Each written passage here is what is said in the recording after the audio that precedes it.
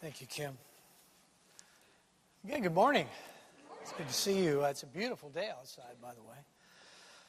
You know, where I was raised was a phrase that we used to say, not often enough, but so many days a year. I was raised in Washington State, and it's a beautiful state when it's not raining, which is rare on the West Coast. But there was a phrase that we grew up on. It was called the mountain's out. If you've ever been to the state of Washington, you might have heard that phrase before. What that means basically is this clouds have lifted, the sun is out, and you can see Mount Rainier. And when Eliza was, one time we were out visiting family out there, you could hardly keep your eyes on the road. I said, do you want me to drive? Look at that mountain. It's like it's in your face. Look how big it is. It's right there. And it's a gorgeous thing. And as we grew up as kids, we would use that phrase a lot, the mountain's out. When I became a young adult, I remember at work, lots of people were missing the day the mountain was out. Because they'd call in. They'd either call in, weren't coming in at all, or they'd go home early, or they'd come in late, because we didn't want to miss the opportunity of seeing this beautiful mountain, because it was usually covered and you couldn't see it in the clouds. But it is absolutely breathtaking. And as a kid, we loved to go to the mountain, and we'd like to drive up to the mountain. I was living in a small town called Sumner, Washington, in the Puyallup Valley, which is in the valley, and right outside of town is where you begin to move up into climb up to the mountain. It was just beautiful country. And my mom loved to go to the mountains. There's two things she loved in life, was the mountain and being near the water.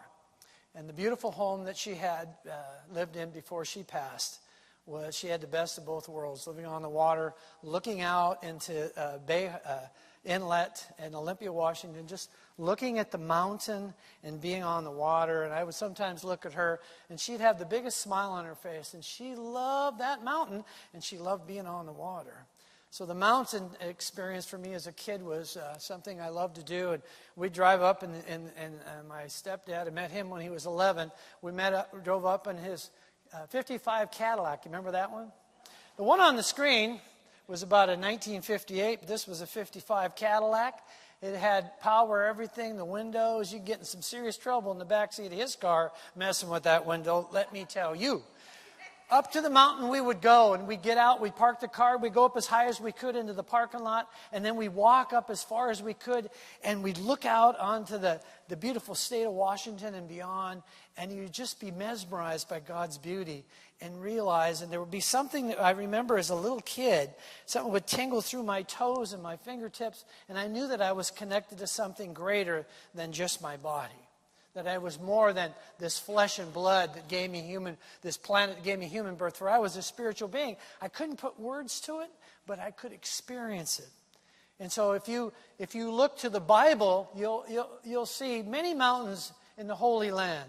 And all of them were special mountains, because in those days, the higher you could go up there is the closer you could get to God. And so a lot of the inspirational stories that we hear about from the Bible take place, inspirational moments, from a mountaintop. Now, a mountaintop there is not like it is in Mount Rainier, 14,000 plus feet, but it was above the normal playing field.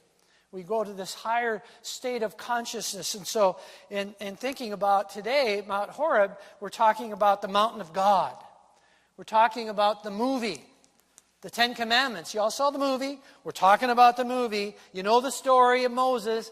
Got in trouble. He was, the son of the Pharaoh. Found out he wasn't. I'm not going to repeat the whole story. He runs for his life because he killed one of his people, and he runs for his life. And he settles in out into the desert at the foot of Mount Horeb. He settles into a comfortable life. He has his family. Everything's going well. And yet something that he's supposed to do is about to occur. And in that mountain, he sees that burning, that light. And so he travels up to the mountain. And this is called the Mountain of God. And he travels up to the mountain, and he faces God. And he hears those famous words. I am that I am. I love that line.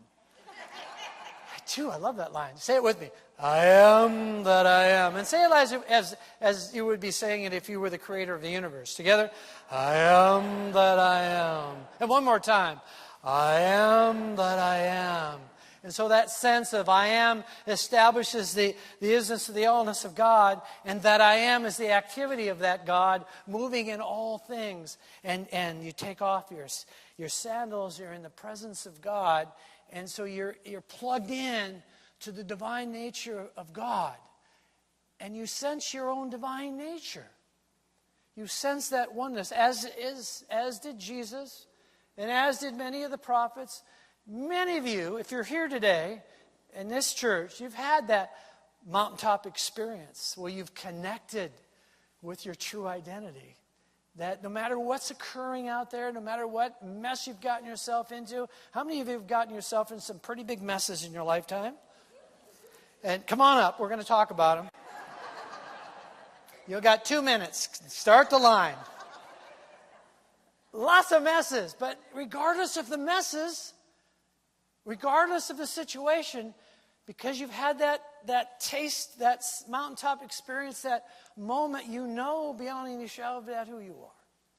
So I am that I am. It's your spiritual identity. And you take that on. And so unfortunately what we do is we have a tendency to pollute our spiritual identity. One of the commandments is thou shalt not take the Lord's name in vain. And if I am that I am is the name of the Lord, it's the name of God, if it's our spiritual identity and we take that on, we have a tendency to attach our I am to things that aren't necessarily so. Have you ever heard yourself saying things like this? You wake up in the morning and I look in the mirror and I didn't get much sleep the night before and you say, I'm old. Or, man, I can't believe it. And I look sideways, and where'd that come from? And you look at and you go, oh. Or you think, oh, man, I'm getting to be so this, or I'm getting to be so that. I am this, and I am that. I am this. I'm too short, too tall, too wide. And it's unbelievable how much we commit break that commandment where we attach ourselves to our own spiritual identity, because I am is really the name of God. And your I am is the name of your spiritual identity. Children of God, of the Most High, it's the name of your identity. And yet so many times I catch myself. I say things about myself that ain't necessarily so. Do I really want to keep repeating that and polluting my own sense of divinity? And yet we continue to do that. Because your I am is the name of your own divinity. It's the name of the truth of who you are. And so we need to be shifting. And I remember hearing a minister one time say that everything that you put behind your I am comes after you with vigor and vitality and energy. Whatever you say, I'm getting old, and then I start getting older. And there's nothing wrong with getting older and doing that if you're 110. But some people are doing this at 55 and 35 and 40 because they're saying, I'm old. Well, whatever you say I am, it comes after you. I'm broke.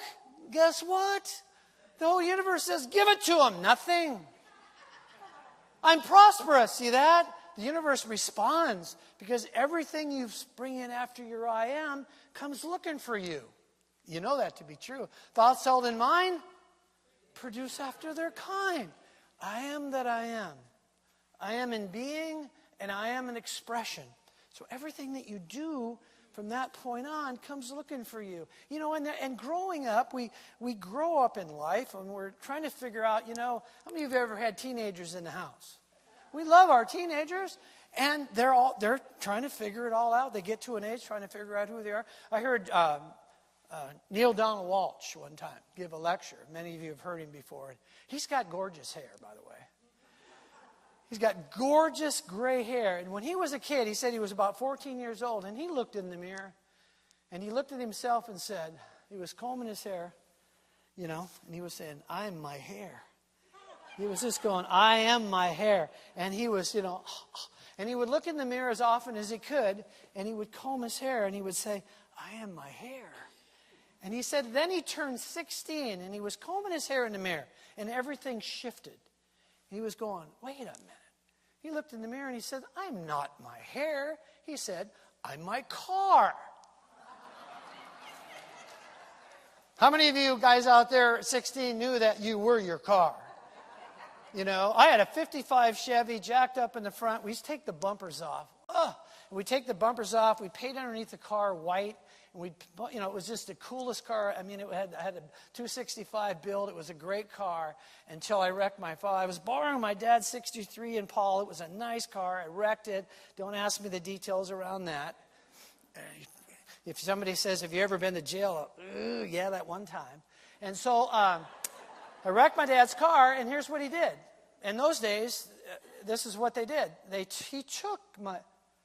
I'm working with resentments. Just give me a minute. He took my 55 Chevy and sold it to pay for the repairs. What the world was he thinking? And my stepmother felt so sorry for me that she said, here, I'm getting a new car. You can have my car. Now I got a 52 Studebaker, suicide doors with a built-in visor. This is not what I would call a chick magnet when you're 16 years old. I got a 52 Studebaker. I go from a 55 Chevy, the coolest car on the planet. I am my car. Now I'm thinking, I'm my car? I'm in a 52 Studebaker with I had to take the visor off. That had to go. I put 57 Cadillac hubcaps. I mean, you can't make a 52 Studebaker cool, but I tried. It burnt so much oil that when I got to the bottom and down to the park, I'd have to wait and let the oil thicken before I could drive up the hill. But I mean, I was more than my hair. It was more than his car. Then he said, the journey was about this. He said, then I noticed the girl on my arm. And she was gorgeous. And that's who he became. He said, now that one lasted about 20 years until he realized he was going to take another look at himself and realize that he was a child of God and the Most High. See how it goes? And so just as we know that there's a mountain for us to explore out here and to look down and see the majesty of the earth upon which we experience life, but there's also a journey of climbing the spiritual mountain, climbing the mountain that will bring you into the oneness with the Creator. And so we journey back to the Bible and we see how those high elevation, those higher moments in consciousness, and those mountains symbolize a higher elevation of consciousness. We can turn to the 2 Peter in the New Testament. We turn to that particular book. And I'm going to share with you these words because I think they have value. May grace and peace be yours in abundance in the knowledge of God and of Jesus our Lord. His divine power has given us everything needed for life and godliness through the knowledge of Him who called us by His own glory and goodness. Thus He has given us through these things His precious and very great promises, so that through them you may escape from the corrupt that is in the world because of lust, and may become participants in the divine nature of things. For this very reason, you must make every effort to support our faith, number one, with goodness, and our goodness with knowledge, and our knowledge with self-control, and self-control with endurance, and endurance with godliness, and godliness with mature affection, and mature affection then leads to love. And as I read that scripture, you can see where there's giving us an opportunity in that scripture to move up the mountain. And as we move up the spiritual mountain, there's places for us to get to. There's levels up this mountain. And the first level that we will rest upon is this level, as Scripture refers to as faith. Now, we don't need a lot of it. We just need some of it. We talk about faith as big as a mustard seed. If you've ever seen a mustard seed, if you place it in your hand and you close your hand and open it, it'll actually get lost in the crack in your hand. That's how small it is, but yet it grows into a gigantic bush. And so what you need as you journey up the mountain is to rest for that first place, that we come to a place to rest, is in our faith in God. Now, people say that you'll know it's God's vision for your life because it'll come easy. It'll be effortless. And it'll all come together. And that's happened in my life. But how many of you know that when God calls upon you to do God's work, it isn't always easy? Can you relate? Jesus was called and ended up on the cross. My point is, it isn't always smooth and easy what it is that God would have you do. My point is, God called Moses and called Moses up into the mountain of God. And at the burning bush, he enrolls Moses into moving to Egypt and freeing his people. And if you know anything about that movie, and you saw it all, there were all kinds of things that took place between there and the time his people wanted to leave. And even after he got them out, they wanted to go back. Remember that? They murmured to go back. Were there not enough graves in Egypt that you take us to this place? And yet God's calling was for him to take his people out of bondage into freedom. And it isn't always easy. So what first place you want to sit and rest in as you begin this spiritual journey up the mountaintop is this thing called faith. Do you have enough? All you have to have is a little. Do you have enough? Yes, so say yes. There was those 12 people that I paid $20 a piece to in the audience. Now I'm going to try to enroll the rest of them. Do you have enough? Say yes. We have enough faith to move mountains. We have enough faith to do anything that we want to do. With God, all things are possible. And so as we climb the mountain, we bask in the faith that God has given us to take the next step forward. And we move up to a higher place in consciousness where we move up to a sense of virtue and goodness. And we begin to re-examine ourselves. And we begin to say, I am a radiant child of God. I am that I am. I am capable of doing all things. I am capable of doing what it is that God has in store for me to do. I am that I am. And so from that place, you begin to speak the word of the truth of who you are. You move away from breaking the commandment into supporting the commandment. You begin to see yourself the way that God sees you. You begin to see yourself the way that my mom saw me when I couldn't see it for myself. She had more patience than most. You see, you begin to see the truth in you. And we rest in that place, and we begin our journey up even higher now that we have the faith and we know who we really are. And we come to a place of resting in the knowledge that's been given us. All the knowledge that the universe has is available to us. And in that place we rest and we call upon divine order. We call upon the wisdom of the ages and the Akashic records to reveal to us everything that we need to know in order to do God's will in our lives. And in that place, we rest and have our being. And when the time is right, and don't run too fast. When you're in these levels, stay in them until you get the message. Stay in it until you get mature in it. Stay in it until you know it's time to move. And then you move up, and you move higher into the next place of rest, next place of knowing is in a sense of self-control. How many of you have ever been out of control before? I had an experience with that the day before yesterday, and it was an out-of-control moment where I reacted, and I didn't have the option not to react. Does that make sense? In other words, the time lapse, there wasn't enough time to, well, let me think about it before I explode. No, I didn't even have that moment. I just reacted like that. I know you've never done that, but there was that one neighbor down the street. So you react. You didn't have a time to even not react. Does that give it an excuse? No. But yet you reacted. So what I encourage you to do, encourage me to do, is now in that place where I'm at, in that sense of self-control, and to gain that self-control, begin to work on the areas that you need to work on. What I have a tendency to do, folks, I work on the areas that I've already mastered because I'm good at it. Damn, I'm good at it. I'm just going to hang out what I'm good at. Oh, I'm good. You're good. Yeah, I know I'm good at that. But I'm not good over here, but I'm not going there because why? I'm not good at it.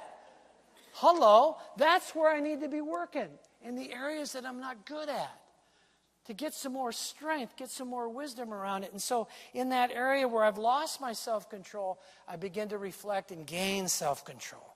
Then from that place, I move up even higher into the place of being steadfast, that I'm a rock, that I'm steadfast on my mission, that my relationship with God is greater than anything, any relationship I have on this planet.